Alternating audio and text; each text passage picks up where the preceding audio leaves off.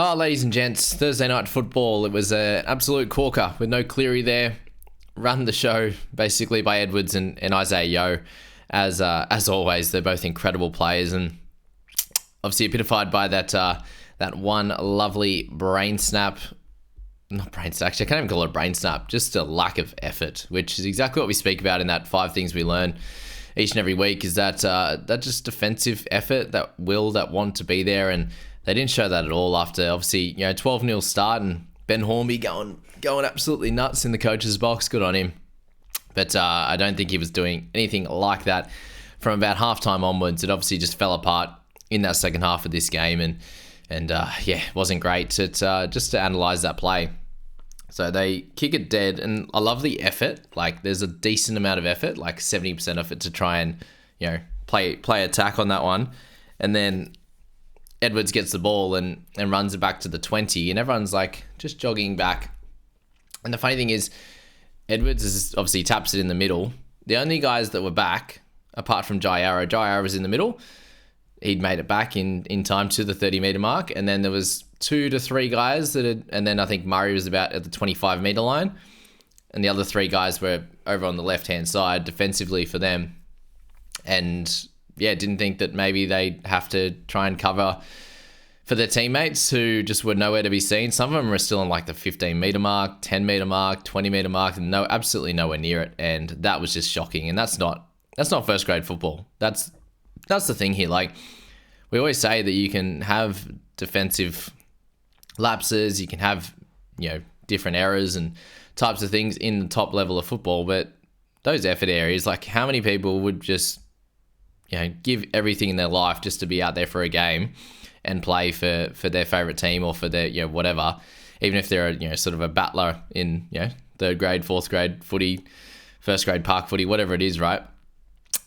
They would absolutely give anything for that. And to show that type of effort when what's going to happen. You can see him, he gets the ball and runs 35 metres and people still haven't even noticed that he's there. That's just it's pretty bad. So that was last night basically, and outside of that, it was just a Panthers shellacking with Luke Garner getting all the spoils there. A couple of line breaks, a try assist for him with a couple of meaties with only 61 metres. Just showed that when he did get the ball, it was close to the line, and there wasn't much defence being played on him. Dylan Edwards continues to show that he is the best wing fullback in the game right now at 57.5 average, doing incredible work, and obviously kicking goals when Cleary's not there. That was the time, guys. Let's just let's sort that out next time.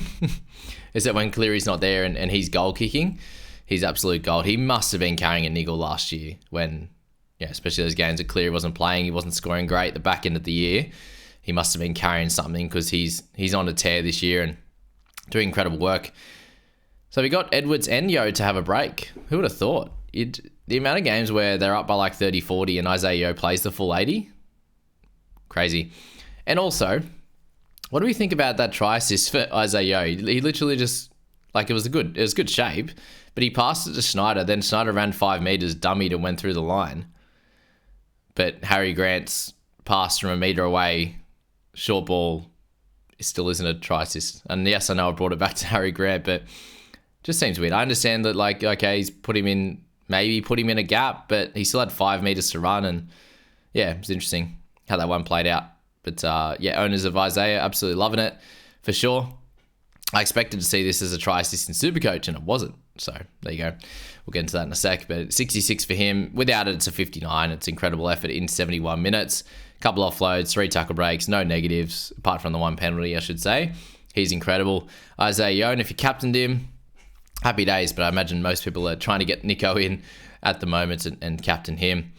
Brad Schneider, great efforts from him in this game as well. Obviously the show and go got through, got a try saver in there, a try assist as well.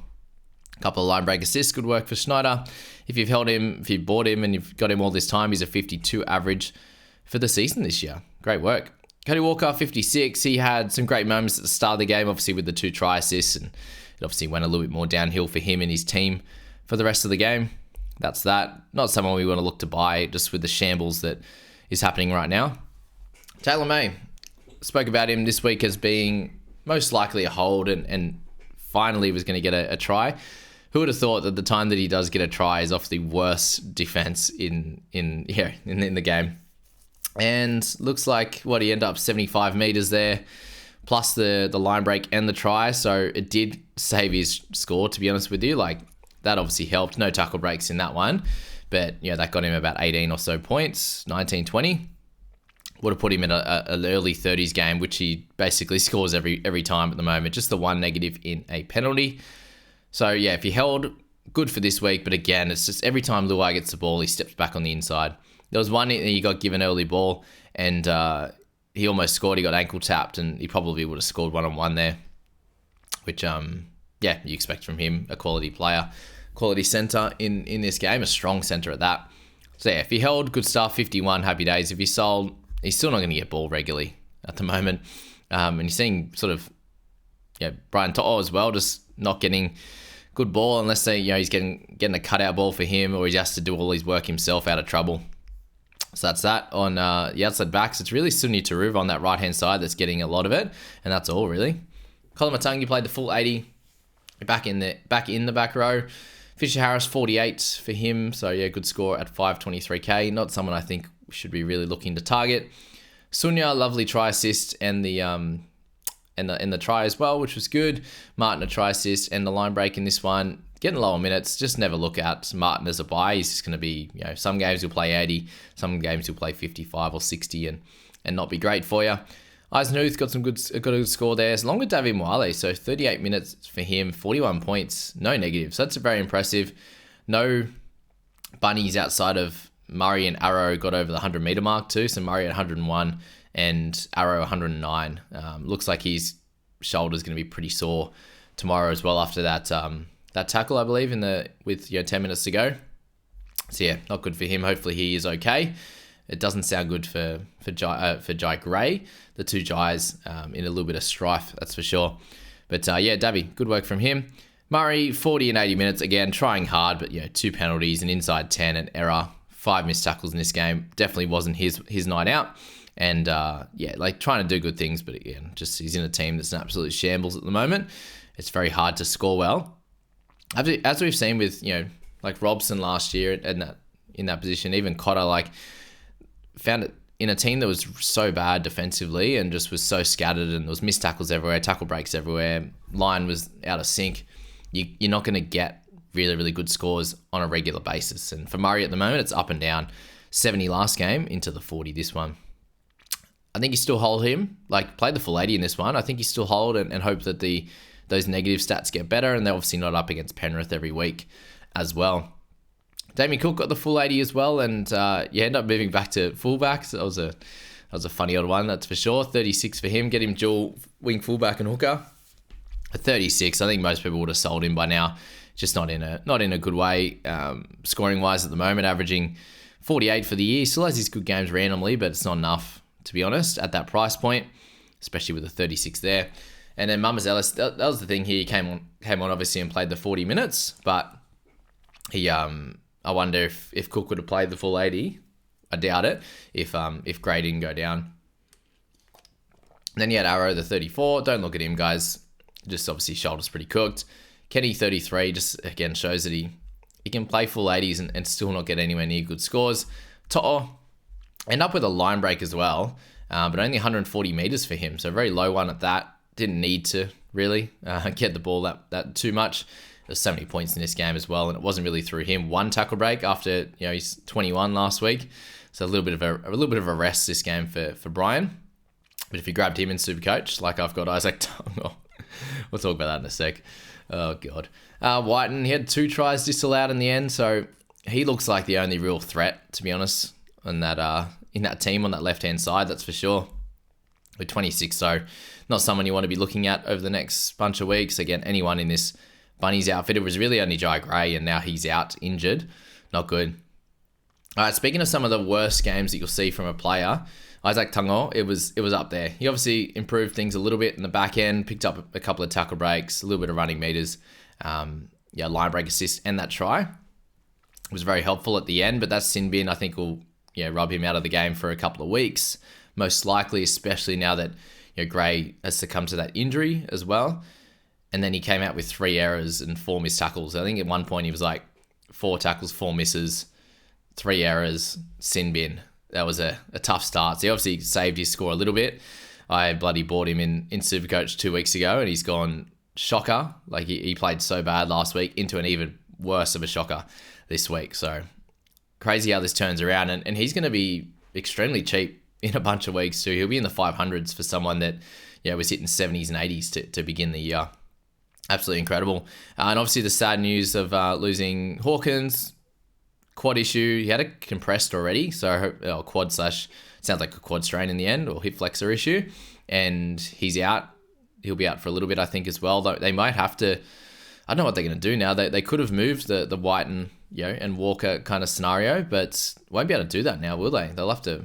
Well, they might have to, but who are they going to bring back in? Is Jacob Gago finally going to get a crack with Latrell returning in that one as well? And then Jai with the 10. It looks like he's 3 to 4 weeks at best. Could be sort of syndesmosis as well. Unsure at this point. That's what physio said. Somewhere between the 3 to 6 range with Jai, very likely just based on the mechanism and how it happened. So that's not good at all. Frustrating. Will he come straight back in? Maybe, but you're kind of hitting and hoping for sure. He's actually almost owned by 10% of people. I saw about 10.5% in the top 5,000 as well. Isaiah Tass is having the worst fantasy year, 22 average. And then Jack Cole there for a 2 in his 8 minutes. So welcome in, young chap for this year. First game in the end. Yeah, there you go. And then Supercoach side, crazy how that's working out. Garner, big one, obviously at 115, and then you had the Dylan Edwards show. Like he's 900 and something thousand now. It's ridiculous. 914,000. He's been incredible this year, doing everything, kicking goals as well, obviously. So he's been the guy. If you started with him, or if you've had him in the last month or so, you've crushed it.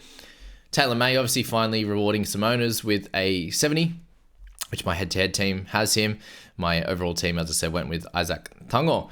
Thank God he didn't get a Dom Young type of score. It was looking that way for a bit. I think it was -9, -15 or something in Supercoach, and -9 in fantasy, and -9 in Supercoach. Isaiah Yo, as I said, he didn't end up getting that try assist or even a contribution for that one. So I'm not sure if that will change, at least a contribution, but yeah, they usually give it to him in Supercoach and don't give him in fantasy. So interesting how that one played out. But still an okay score for him. Fisher Harris, a good one, obviously there. Sunia Taruva's been the guy this year. That's he's gone up 115k, and playing on that right wing has been the goldmine. But yeah, Brian To'o with 30. Like for Isaac Tungo to play that bad of a game and almost score the same as To'o, I'm not sure how much that's going to update up or down for both of those guys. But yeah, hilarious how that worked. I got out of it with a 28. So 34 and 28, pretty gross. Nowhere near the Dom Young 20 odd or 30 or whatever he got into the -15, but he's still losing bulk cash and likely to be out over the next few weeks. So I lost 73k. I'm going to lose another 80 or something like that for sure. And probably have to sell him. So good times on that front. But yeah, we push on. It's 28. It's not the end of the world, that's for sure. But as soon as I saw the tackle, I was like, oh god, he's gone. He is gone. Jai Gray was 7. Really, no one. You don't want anyone in this South team. That's for sure. Kalamatangi, the best score for them with 54, and Arrow 39, Murray 36. Pretty gross across the board. Cook 40. Yeah, yuck. And Isaac Thompson with a try. And 54. What about that pull down? What do we think about that one at the start of the game too? Interesting. But there you go, guys. That's the quick rundown of the Thursday game there. We'll obviously have a larger breakdown of the Friday night games. I think I'm going to plan is to go live, I think, and chat some crap in the private group tonight during one of the games, which will be fun. So we got Eagles and Eagles game, obviously the Broncos game as well. So that'll be cool. We'll see how that one goes, and we'll catch you in the next one, guys. See you later.